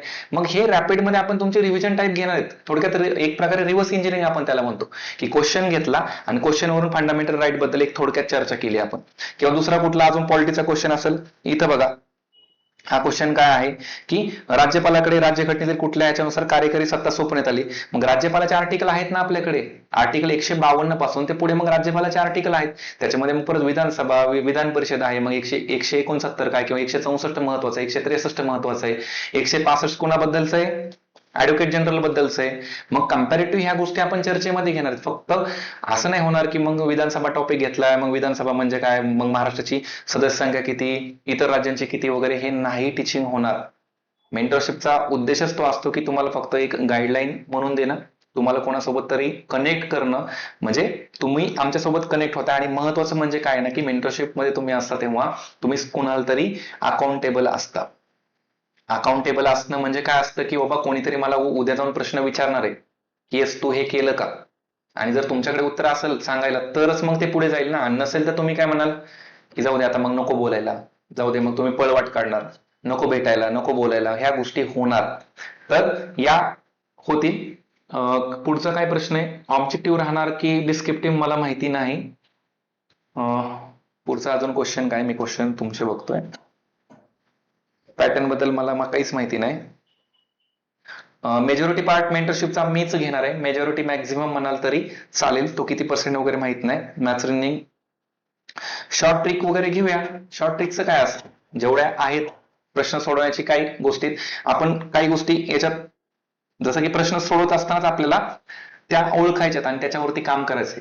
आणि तुम्हाला कमिट करत नाही, पण इफ पॉसिबल झालं तर, अगेन इफ पॉसिबल झालं तर जसं तुम्ही बघाल किंवा तुम्हाला तुमच्यापैकी बऱ्याच जणांना माहिती असेल, आपण काय करत असतो एक्झामच्या काही काळाआधी आपली इकॉनॉमिक्सची तर फिक्स असते, इकॉनॉमिक्सची आपण 1 डे रिव्हिजन घेत असतो. अगेन कमिटमेंट नाहीये, परंतु मला शक्य झालं तर नक्कीच 1 डे रिव्हिजन तुम्हाला या सेशन मध्ये आपण फ्री घेणार आहोत. त्यामुळे काळजी करायची नाही, ऍटलिस्ट इकॉनॉमिक्स तर माझ्याकडनं होऊन जाईल. राहिला प्रश्न बाकी पॉलिटी वगैरे त्याच्या गोष्टी आपण अगेन बघूया. म्हणजे पूर्ण कंटेंट तुम्हाला 1 गो मध्ये रिव्हिजन ती होऊ शकते, काहीच प्रॉब्लेम नाही एका दिवसामध्ये. मागे तर आपण तुमच्या मेन्स, इकॉनॉमिक्सच्या मेन्स, ग्रुप सीच्याच मेन्स आपण युट्यूबला डायरेक्टली घेतले. तुम्ही युट्यूबच्या आपल्या लाईव्हच्या सेक्शन मध्ये जाऊन बघू शकता.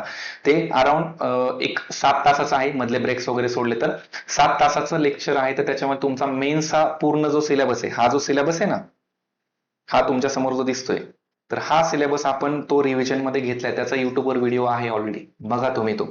तर त्याच्यावरून तुम्हाला टीचिंग वगैरे ह्या गोष्टी कळतील. म्हणजे बरेचसे विद्यार्थी नवीन आहात तुम्ही, तर त्याच्यामध्ये तुम्हाला ह्या गोष्टी लक्षात येतील. आता राहिला अगेन प्रश्न बाकी टॉपिक वगैरे किंवा नोट्स वगैरे काय, तर आमच्या साईडनं तुम्हाला काही जर नोट्स अगेन देता आल्या तर त्या नोट्स आम्ही देऊया. पण एक अडचण आम्हाला ती जाणवते, जसं की जर समजा तुम्हाला आता कुठली नवीन नोट दिली, तुम्ही ऑलरेडी कुठलं तरी बुक वाचताय, तुम्ही कुठलं तरी कोणाची तरी लेक्चर करताय, कोणाची तरी समजा नोट्स करताय, तर हे ऍडिशन दिलं तर फक्त ओझं वाढतं आणि कंटेंट ऑलमोस्ट सिमिलरच असतं सगळ्यांचं. काही पर्सेंट इकडं तिकडं, काहींची मांडणी वेगळी असते, काहींच्या हँड रिटन नोट्स असतात, काहींच्या प्रिंटेड नोट्स असतात, काहींचं पुस्तक असतं. कंटेंट बऱ्यापैकी सेम असतो. आपल्याला stick to limited content, previous इयरचे क्वेश्चन पेपर्स अनालिसिस ह्या गोष्टी बघायच्या आहेत. आणि प्रिव्हियस इयर क्वेश्चनचं अनालिसिस करत असताना पुन्हा तेच आहे, प्रश्नाची डिफिकल्टी लेवल कुठं थांबलं पाहिजे, कुठं नाहीये.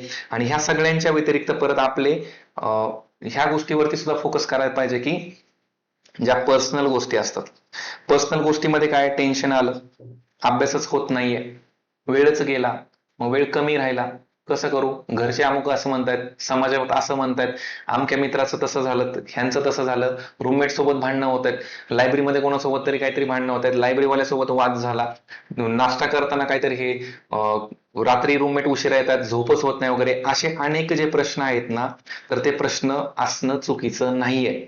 पण ह्या प्रश्नातनं मार्ग काढणं पण तेवढंच गरजेचं आहे ना. काही हेच प्रश्न आयुष्यभरासाठी लढत बसायचे आपल्याला, कारण कित्येक विद्यार्थ्यांची ती अवस्था आहे. माझा एक मित्र आहे किंवा तो माझा नंतर रूममेट झालता, तर त्याची अवस्था अशी झाली की रूममेट त्याला अभ्यासच करू द्यायचे. काही ना काही रूममेट असे भेटायचे, कोणी तंबाखूच खाणार आहे, कोणी काहीतरी पिणारच आहे, कोणी उशिराच येणार आहे, कोणी काहीतरी मोठ्या आवाजातच मोबाईल लावणार आहे. याने इरिटेशन होतं, तो रूम सोडून गेला होता, पुणे सोडून गेलेला. तर असे अनेक प्रश्न तुमचे असतील, तर त्या प्रश्नावरती हे आपल्याला बोलता येईल. कारण का फक्त अभ्यास हे करा ते वाचा म्हणणं सोपं आहे, पण ऍक्च्युली ते एक्झिक्यूट करणं खूप अवघड असतं.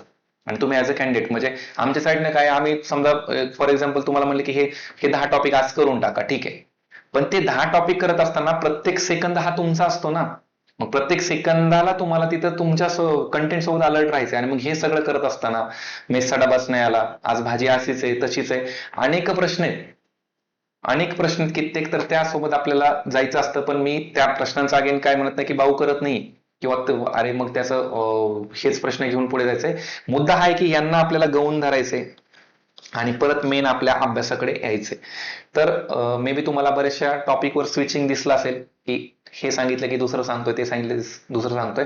मुद्दा हा आहे की शेड्यूल करणं खूप गरजेचं आहे. मग शेड्यूल मध्ये पुन्हा एकदा मी पॉईंट वरती येतो की आपली एक्झाम आहे 25 ऑक्टोबरला. आज दिनांक किती आहे, 22 आहे, 22 ऑगस्ट आहे. आपण म्हणूया की 60 दिवस राहिलेत, म्हणजे आपल्याकडे 22 ऑक्टोबर पासून 22 सप्टेंबर आणि मग परत 22 ऑक्टोबर. ठीक आहे, 60 दिवस आहेत.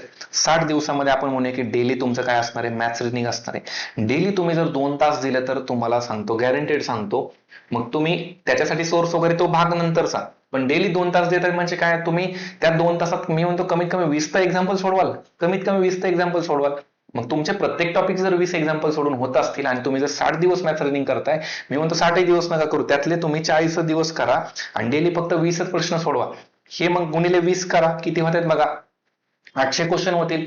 800 क्वेश्चनच्या प्रॅक्टिस नंतर तुम्हाला त्या टॉपिकवरचा कुठलाही प्रश्न येऊ द्या, तो तुम्हाला अवघड जाणार नाहीये, हे गॅरंटीड लक्षात घ्या. मग तुम्हाला हे डेली करायचंय मॅथ्स रिजनिंग.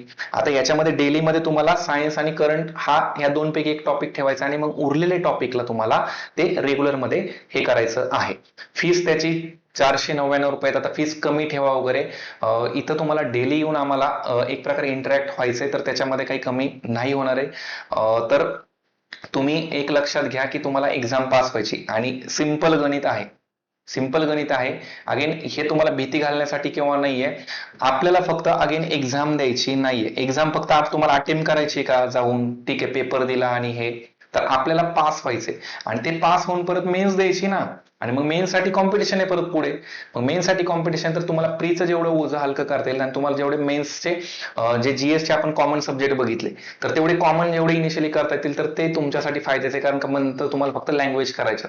त्यामुळे प्रायोरिटी लक्षात घ्या की तुम्हाला आत्तापासनं, म्हणजे आज रात्री सुद्धा झोप नाही आली पाहिजे की येस माझ्या समोर एवढे दिवस आहेत, मला फक्त हे करायचं आहे.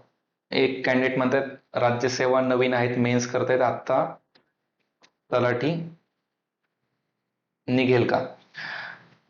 राज्यसेवा करताय, मेन्स करतायत आता, पण मग आता विषय तोच आहे की आपल्याला हा जो आयोगाने दिलेला प्रिलिमचा सिलेबस आहे, तर हा सिलेबस तुमचा विथ पीवायक्यू म्हणजे 2020 पासूनचे पीवायक्यू तुमचे कव्हर झाले पाहिजेत.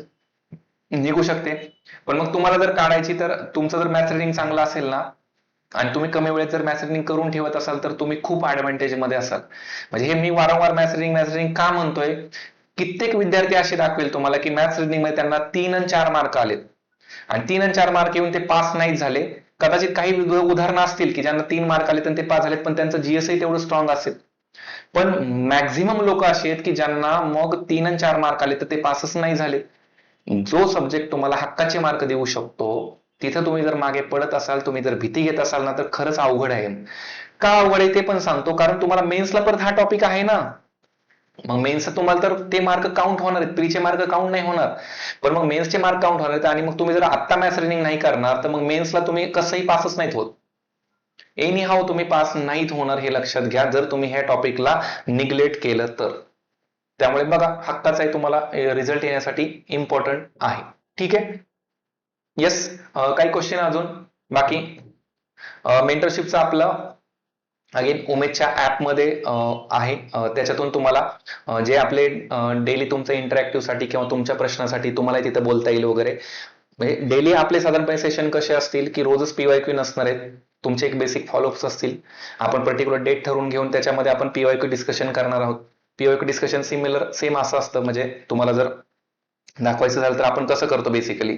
आता फॉर एक्झाम्पल, आता समजा आपल्या इथं हा एक प्रश्न आलेला आहे. हा पेपर कुठला आहे? 25चा. प्रश्न काय? दारिद्र्य रेषेच्या व्याख्यांचे स्पष्टीकरण कोणत्या समितीने केले? दारिद्र्य रेषेच्या व्याख्येचे स्पष्टीकरण कुठल्या समितीने केले? याचा अर्थ पॉवर्टीमध्ये काही समित्या आहेत. काही समित्यांनी काय ठरवले की कॅलरी मूल्यावरती पॉवर्टी ठरवली. काही समित्यांनी मल्टी डायमेन्शनल पॉवर्टी ठरवली. जागतिक लेवलला वर्ल्ड बँक काय करते तर डॉलरमध्ये पॉवर्टी लाईन ठरवते, जी की आता सध्याची ₹3 प्रति व्यक्ती पर डे डॉलरची त्याची एक प्रकारे कॉस्ट आहे, किंवा ती एक प्रकारे डॉलरमध्ये मोजलेली पॉवर्टीची डेफिनेशन झाली. मग कोणी कोणी केली तर उघड उघड माहिती पाहिजे की केळकर समिती पॉवर्टीमध्ये नाहीच आहे. ठीक आहे, आर एन मल्होत्रा समिती पॉवर्टीमध्ये नाही. आर एन मल्होत्रा आपण कुठे वाचतो? इन्शुरन्स सेक्टरमध्ये, जे की बँकिंग वगैरे त्याच्या संदर्भाने तुम्हाला वाचते. केळकर समिती आपण कुठे वाचतो? टॅक्सच्या संदर्भाने आपल्याला माहिती आहे. मग ह्या दोन तर नाहीतच, मग इलिमिनेशन होईल का काही? बघा इथं अ आणि ब तर दोन आहेच, पण याच्यामध्ये क गेला, ड गेला, दोन ऑप्शन राहिले आपल्याकडे, अ आणि ब. मग आपल्याकडे राहिला तेंडुलकर समिती पण आहे, रंगराजन समिती पण आहे. मग याच्यामध्ये आपल्याला उत्तरापर्यंत कसं पोहोचता येईल, इलिमिनेशन टेक्निक कशा वापरता येईल, ह्याच्यावरती आपल्याला डिस्कशन करायचंय. मग आपण ते डिटेल परत बघूया. आता नीती आयोगाची स्थापना आहे. मग नीती आयोगाची स्थापना आहे, तर मग नीती आयोग बेसिकली काय आहे, तो कसा आला? आयोगाने याच्या आधी नीती आयोगाच्या आपल्याला सिंपल कशावरती तर त्याच्या फुल फॉर्म वरती प्रश्न विचारलाय, नॅशनल इन्स्टिट्यूशन का नक्की नॅशनल इन्स्टिट्यूट. इन्स्टिट्यूशन आणि इन्स्टिट्यूट याच्यावरती आयोगाने फसवलेले. मग नीती आयोग येण्याच्या आधी आपल्याकडे प्लॅनिंग कमिशन होतं. मग प्लॅनिंग कमिशन वरती सुद्धा प्रश्न येऊ शकतो. मग प्लॅनिंग कमिशनची रचना माहिती पाहिजे. त्याचबरोबर नीती आयोगाची स्थापना आहे, तर मग नीती आयोगाची आपल्याला एक रचना माहिती पाहिजे. नीती आयोगाचे सध्याचे उपाध्यक्ष कोण आहेत, सध्याचे सीईओ कोण आहेत, ह्या गोष्टी आपल्याला रिव्हिजन मध्ये करायच्या आहेत. म्हणजे तुमचा प्रश्न जरी हा असला स्थापनेवरचा, स्थापना कधी झाली वगैरे, तरी पण आपण थोडंसं रिवाइज असं करतो. म्हणजे पीवायक्यू डिस्कशन आपलं साधारणपणे या पॅटर्न मध्ये असतं, हे लक्षात घ्या. त्याच्यानंतर जर आपण बघितलं अगेन दुसरा क्वेश्चन, आता समजा आपण एखादा याचा घेऊ जिओग्राफीचा, यमुना नदीच्या उपनद्या पूर्व ते पश्चिम अशा क्रमात सांगा. आता बघा पूर्व ते पश्चिम, मग यमुना नदी तुम्हाला माहिती पाहिजे ना एक बेसिक. म्हणजे अगेन मॅप वरती म्हणा, आपल्या वरतून गंगा येते, यमुना परत पुढे येऊन मिळते. मग यमुनाच्या संदर्भाने आपल्याला काय विचारलेले की त्यांनी हा सिक्वेन्स विचारलाय. म्हणजे यमुनाला इकडून येऊन मिळणाऱ्या मॅक्झिमम नद्या आहेत, म्हणजे आपल्या माळवा पठार वगैरे, म्हणजे नर्मदेच्या वरती तुम्ही जेव्हा जाल तर त्या सगळ्या म्हणजे राजस्थान मधून जाणाऱ्या, एमपी मधून जाणाऱ्या ज्या नद्या आहेत त्यांचा आपला सिक्वेन्स विचारलेला आहे. मग त्याच्यामध्ये एकदम एंडला कोण आहे? मग आपल्याला काय म्हणले पूर्व ते पश्चिम, याचा अर्थ पूर्वेला या असणाऱ्या नद्या आहेत पूर्व ते पश्चिम पर्यंत.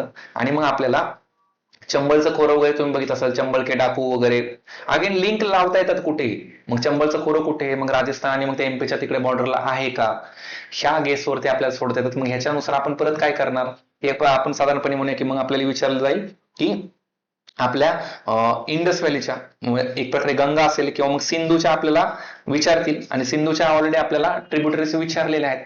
मग सिंधूचा परत मग तुम्हाला टॉप पासून मग खाली रावी सतलज बियास इथपर्यंत म्हणजे एक प्रकारे आपल्याला विचारलं जाऊ शकतं. त्याचबरोबर मग आपल्याला हिमालयाच्या संदर्भाने आपल्याला विचारलं जाईल हिमालयाचं नॉर्थ पासून ते साऊथ पर्यंतच्या पर्वतरांगांचा सिक्वेन्स लावा किंवा इकडून तिकडे लावा. किंवा महाराष्ट्र जिओग्राफी बद्दल आपल्याला अनेक वेळा प्रश्न हा विचारलेला आहे की मग दोन डोंगररांगामधली नदी कोणती किंवा दोन नद्यांमधली डोंगररांग कोणती. शंभू महादेव असेल, हरिश्चंद्रगड असेल किंवा मग कळसुबाई असेल किंवा त्याच्यामध्ये मग वरती परत ह्याच्यामध्ये बालाघाट वगैरे इकडे असेल, तर ह्या एक्झाम मध्ये आपल्याला विचारलेत. मग ते करत असताना आपल्याला पीवायक्यू थ्रूच करायच्या सगळ्या गोष्टी. ठीक आहे. आता बघा काही स्पेसिफिक योजनावरती क्वेश्चन येतात, तर मग तुम्हाला अगेन तुमच्या कंटेंटमध्ये त्या योजना वगैरे त्या कव्हर होतीलच. असं जिओग्राफीचं झालं. सेम हिस्ट्रीचं वगैरे पण आहे. सायन्ससाठी आपल्याकडे एक सर आहेत, ते तुमचं डिस्कशन घेतील. चंद्रकांत सर आहेत. चंद्रकांत सर तुम्हाला माहिती असेल रेडिओ एमपीएससी वाले, तर त्यांना सुद्धा आपण बोलवणार आहोत. त्यांचं सायन्स वगैरे चांगलं आहे, मॅथ्स रिडिंग पण त्यांचं चांगलं आहे, तर तेही घेतील, मीही घेणार आहे त्याच्यामध्ये. ठीक आहे. वृत्तपत्रावरती क्वेश्चन विचारला. आता बघा लाला लजपत राय यांच्याबद्दल थेटपणे विचारला. यंग इंडिया आपल्याला माहिती असेल, त्याच्यामध्ये परत वंदे मातरम वगैरे आणि करंटच्या दृष्टीने परत हिस्ट्रीमध्ये काय विचारलं जाऊ शकतं याच्यावरही आपण चर्चा करणार आहोत. क्वेश्चन काय मॅथ्स रिडिंग तुम्ही कसं सॉल्व्ह करता त्यानुसार, आय मीन शॉर्ट टाइम मध्ये गेस लॉजिक वगैरे. मॅथ्स रिडिंग मी ऑप्शनने जातो. आता फॉर एक्झाम्पल आपण एखादा क्वेश्चन मगाशीवाला घेऊया, बघूया लाईव्ह तुमच्या समोर एक्झाम्पल. मला माहिती नाही आता आन्सर की नुसार उत्तर काय, पण आपल्याला बघूया. आता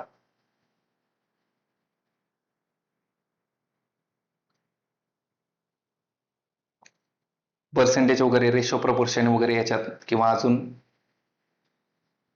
ठीक आहे. आता याच्यामध्ये सिंपल तुम्हाला पुट काय करायचंय ना, एखादी व्हॅल्यू पुट करायची. आता काय म्हणले, सरळ व्याजाने 5,000 रुपयाची किंमत 3 वर्षामध्ये किती होती, 5,600 होती. सरळ व्याज म्हणजे काय, तुम्हाला चक्रवाढ नाहीये, म्हणजे तुमच्या व्याजावर व्याज लागणार नाही. याचा अर्थ काय, 3 वर्षात 5,600 होती. मग याचा अर्थच काय, व्याज किती झालं, टोटल 600 झालं. याचा अर्थच काय, तर तुमचं दर वर्षाला व्याज किती, 200 रुपये. मग 200 रुपये व्याज, याचा अर्थ 5,000च्या 200 किती झाले, 4% झाले. उघड उघडे म्हणजे 4% झाले हे. मग 4% व्याजदर आहे. परत काय म्हणले, व्याजदरात जर 3%ने वाढ केली तर याच मूळ रकमेचे 3 वर्षानंतर किती रुपये होतील. मग याचा अर्थच काय झाला, किती रुपये झालं ते बघा, 7. बरोबर, 7% झालं. आता त्याच्यामध्ये 3%ने वाढ केली, काढ काउंट. म्हणजे बेस आपल्याला बेस जर काढता आला, मग पुढे आपल्याला परत 3%ने केली, कर अकाउंट. सिंपल या पद्धतीने जायचं. आलं लक्षामध्ये. ठीक आहे. बाकी पुढे अजून एखादा क्वेश्चन घेऊया. आता हे 10 दिवस वगैरे याच्यात फक्त एक बेसिक फॉर्म्युला. ठीक आहे. आता याच्यात उत्पादन किती टक्क्यांनी कमी झालं, याच्यात 3,000च्या परत काढा, आहे पर्सेंटेज तुम्हाला म्हणलेलं पर्सेंटेज काढा. सिंपल त्या ट्रिकने आपण जातो, ऑप्शन वरून जातो. किंवा आता हे चौरसाची बाजू, चौरसाचं काय आपला सूत्र, काय सूत्र सांगा, सूत्र इथं माहिती पाहिजे. दीपक चव्हाण यांना जाणून घ्यायचंय एमपीएससी राज्यसेवा डिस्क्रिप्टिव्ह पॅटर्न असताना किंवा ऑब्जेक्टिव्ह. एमपीएससीच्या वेबसाईटवरती आयोगाचा नंबर दिलाय, कॉल करा, ते सांगतील. ठीक आहे. कॉल केला की लगेच सांगतील ते कधीपासून असणार आहे. ठीक आहे,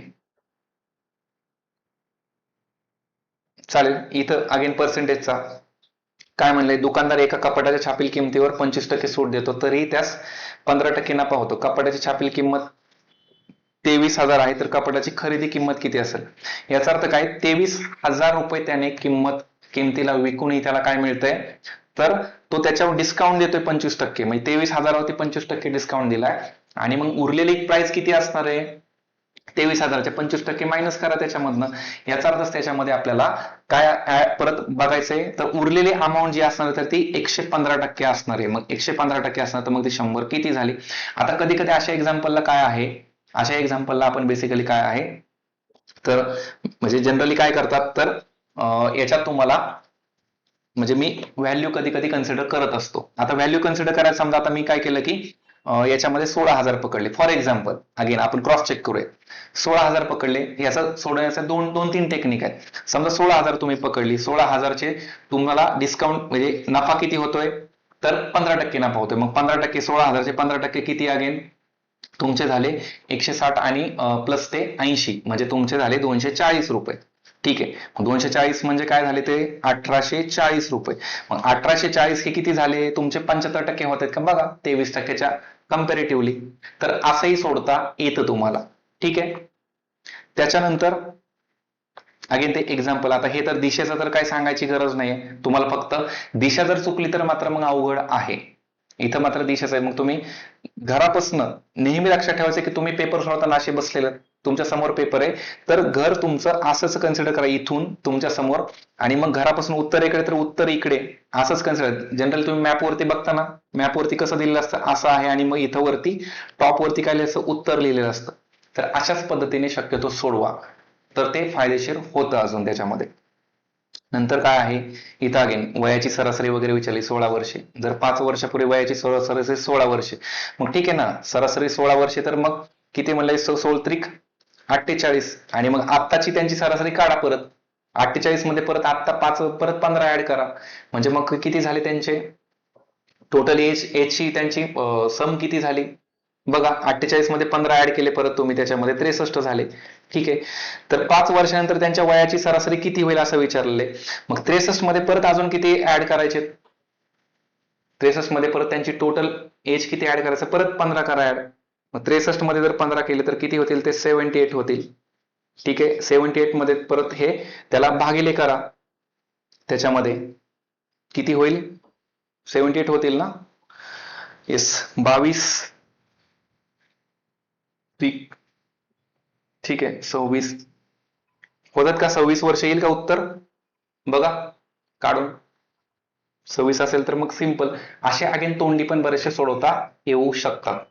ओके, ठीक आहे.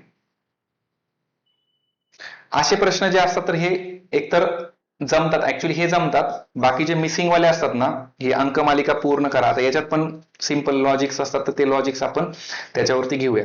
हे असे सोपे होऊन जातात. याच्यात काय करायचं असतं की एकतर टोटल नंबर ऑफ किती अक्षर आहेत हे मोजायचे. नंबर ऑफ किती 1 2 3 4 5 6 7 8 9 10 11 12 13 14 15 16 17 18. याचा अर्थ काय, एकतर ते 6च्या पॅटर्न मध्ये असतील, 3च्या पॅटर्न मध्ये असतील, 3-3चा टप्पा केला असू शकतो किंवा 6चा केला असू शकतो, किंवा त्याच्यामध्ये त्यानुसार लॉजिक लावलेलं असू शकतं. जनरली असं असतं, कधी कधी 4चा टप्पा असतो, कधी कधी 5चा टप्पा असतो, त्यानुसार आपल्याला ते सोडवता येईल. अंकमालिका आता मग याच्यामध्ये आपल्याला डिफरन्स काढायचा दोन्हीमध्ये. जनरली आपण ते डिफरन्स काढून ते सोडवतो. यानंतर ठीक आहे, आता हे याच्यामध्ये कोण चुका शोधतोय आणि कोण बरोबर आहे वगैरे निष्कर्ष आपल्याला सांगितले. अगेन प्रश्नचिन्हाच्या जागी अशा प्रश्नावरती जर लवकर नाही सुटला तर वेळ घालायचा नाही, सोडून द्यायचा प्रश्न. कारण का याच्यामध्ये जे लॉजिक दडले तर ते लॉजिक कधी कधी सापडतं, कधी कधी नाही सापडत, आणि मग नाही सापडलं तर मात्र मग आपण तिथं अडकून राहतो, आपला वेळ तिथं जात असतो. आता खाली आकृतीत कितीतरी कोण आहेत असे, हे तर ट्रिक्स वाले तुम्हाला माहिती असेल. काय करायचं असतं याच्यामध्ये, बेरीज 1 2 3 4 5 करा बेरीज याची सगळ्यांची. 5 पर्यंत बेरीज किती, 5 4 9 9 3 12 12 हे किती 15 15 उत्तर येईल याच्यामध्ये. असे फटाफट तुम्हाला प्रश्न सुद्धा सुटू शकतात थेटपणे. काही काय प्रश्नाचे तुम्हाला 15 आणि 20 सेकंदामध्ये उत्तर निघतात, मग अजून काय पाहिजे. मग हे तुम्हाला प्रॅक्टिकली आणावं लागेल. तुमच्या ह्याच्यामध्ये आणलं तर ते होऊ शकतं, नाहीतर मग काही शक्य नाहीये. ठीक आहे, 120 पानांच्या एका पुस्तकाचा 3/6 भाग वाचलाय त्याने, किती पुस्तकाची पानं वाचलेली आहेत वगैरे. आता 3/6 तुम्हाला ते काढावं लागेल, 3/6 भाग, आणि मग त्याच्यानंतर मग उरलेलं मग अगेन ते पर्सेंटेज मध्ये तुम्हाला ते काढता येऊ शकतं. ठीक आहे, इथं सांकेतिक नावाचं आहे, सांकेतिक तुम्हाला जमेल. आता याच्यामध्ये बेसिकली काय ना की अंकगणित, अंकगणित आणि तुम्हाला जे बुद्धिमत्ता आहे तर त्याच्यामध्ये साधारणपणे 50-50% प्रश्न आहेत, तर त्यावरती आपण अगेन चर्चा करूया. ठीक आहे, मला वाटतं की इथपर्यंत ओके आहे, समजलं. बाकी काही क्वेश्चन असतील तर घ्या, नाहीतर मग आपण काय करूया, थांबूया. पुढचं शेड्यूल पण तुम्हाला करून द्यायचं आहे एकंदरीत. तर साधारणपणे सोर्सेस बद्दल लक्षात घ्या. अगेन सोर्सेस तुमच्याकडे जो आहे तर त्यालाच कंटिन्यू करा. सगळे सोर्सेस चांगलेच असतात असं नाही कुणाचं काय, पण मग त्यातल्या त्यात लिमिटेड ह्याच्यामध्ये करायचं झालं तर बऱ्याच गोष्टी पीवायक्यू थ्रू करा. त्यासाठी लॉजिक बुस्टर चांगला आहे, त्याच्यामध्ये परत लोकसेवाच्या नोट्स पण चांगल्या आहेत, किंवा इतर क्लासेसच्या तुम्ही कुठल्या नोट्स करता तर त्याही करा. म्हणजे फक्त मल्टिपल सोर्सेस मध्ये जाऊ नका. आणि आपल्याकडे अनुभवी लोक आहेत भरपूर, प्रिलिम्स क्लिअर झालेले, तर मॅक्झिमम आपण त्यांच्या थ्रू एक गायडन्स सेशन वगैरे वेगवेगळे ठेवणार आहोत. ठीक आहे. येस, काही क्वेश्चन असतील तर ते घेऊया, नाहीतर आपण मग इथं थांबूया. हे की बेसिक इंट्रो होतं. बाकी आपल्याला पुढे मग इतर गोष्टी त्या कंटिन्यू करायच्यात. आपलं उमेद एमपीएससीचं ऍप आहे, तर ऍप थ्रू तुम्हाला हा मेंटरशिपच्या प्रोग्राममध्ये एनरोल होता येईल. मेन मुद्दा परत तोच आहे की एक दिवस जरी वाया गेला, एक दिवस वाया गेला तर असं समजा की आजपासून आपण 0 आहेत आणि आजपासून आपल्याला पुढे 60 मार्क घ्यायचे. एक दिवस वाया गेला तुमचा 1 मार्क कमीत कमी जाणार आहे. आता हे तुम्ही एक प्रकारे भीती घालणं म्हणा किंवा काही म्हणा, तुम्ही सेल्फ स्टडी जरी करत असाल तर एक दिवस पण वाया घालवू नका. सेल्फ स्टडी मधून करताय, मॅक्झिमम विद्यार्थी तेच करतात. तुम्ही वेगवेगळे क्लासेस कुठले करतायत, हरकत नाही, तुम्हाला अडचणी म्हणून क्लास करतायत ना, का कोणी तुमच्यावर बंधन टाकलंय म्हणून तुम्ही क्लास करताय. त्यामुळे क्लासचा निगेटिव्ह घेण्यात काय अर्थ नाही ना. तुम्हाला जमत नाहीये, तुम्हाला पास व्हायचंय म्हणून तर तुम्ही करताय ते. आणि मग त्याच्यामध्ये तुम्हाला फेल होण्यासाठी कोण शिकवत थोडी असतं. तर त्याच्यामध्ये प्रायोरिटी काय की आपल्याला मार्क घ्यायचे. मग तुम्हाला जेवढे मॅक्झिमम मार्क तिथून घेता येतील तर त्याच्यासाठी प्रयत्न करा. ठीक आहे. काही क्वेश्चन इतर?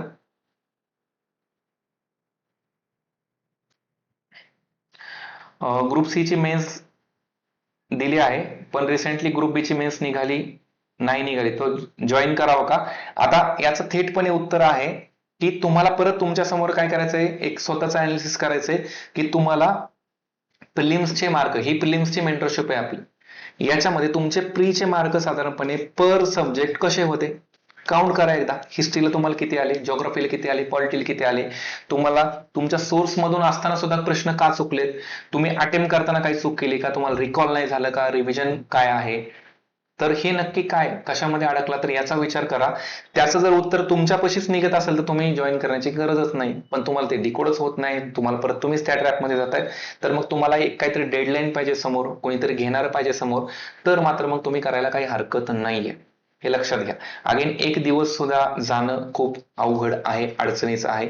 मॅक्झिमम विद्यार्थ्यांना ह्याच्यामध्ये तो विचार करून चालावं लागेल. ठीक आहे. येस, बाकी अजून कोणाच्या काही शंका वगैरे असतील तर बघूया.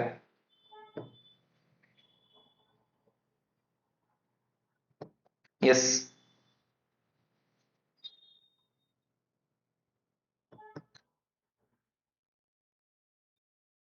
मेंटरशिप मध्ये तुम्हाला कोणाला तरी अकाउंटेबल राहायचे, कोणतरी तुमच्या समोर आहे आणि कोणतरी तुमच्याकडनं करून घेणार आहे, म्हणून हा एक प्रकारे इनिशिएटिव्ह आहे आणि आम्ही आहोत तुमच्या समोर. ठीक आहे. चालेल, मग आपण इथं थांबूया. थांबायचं.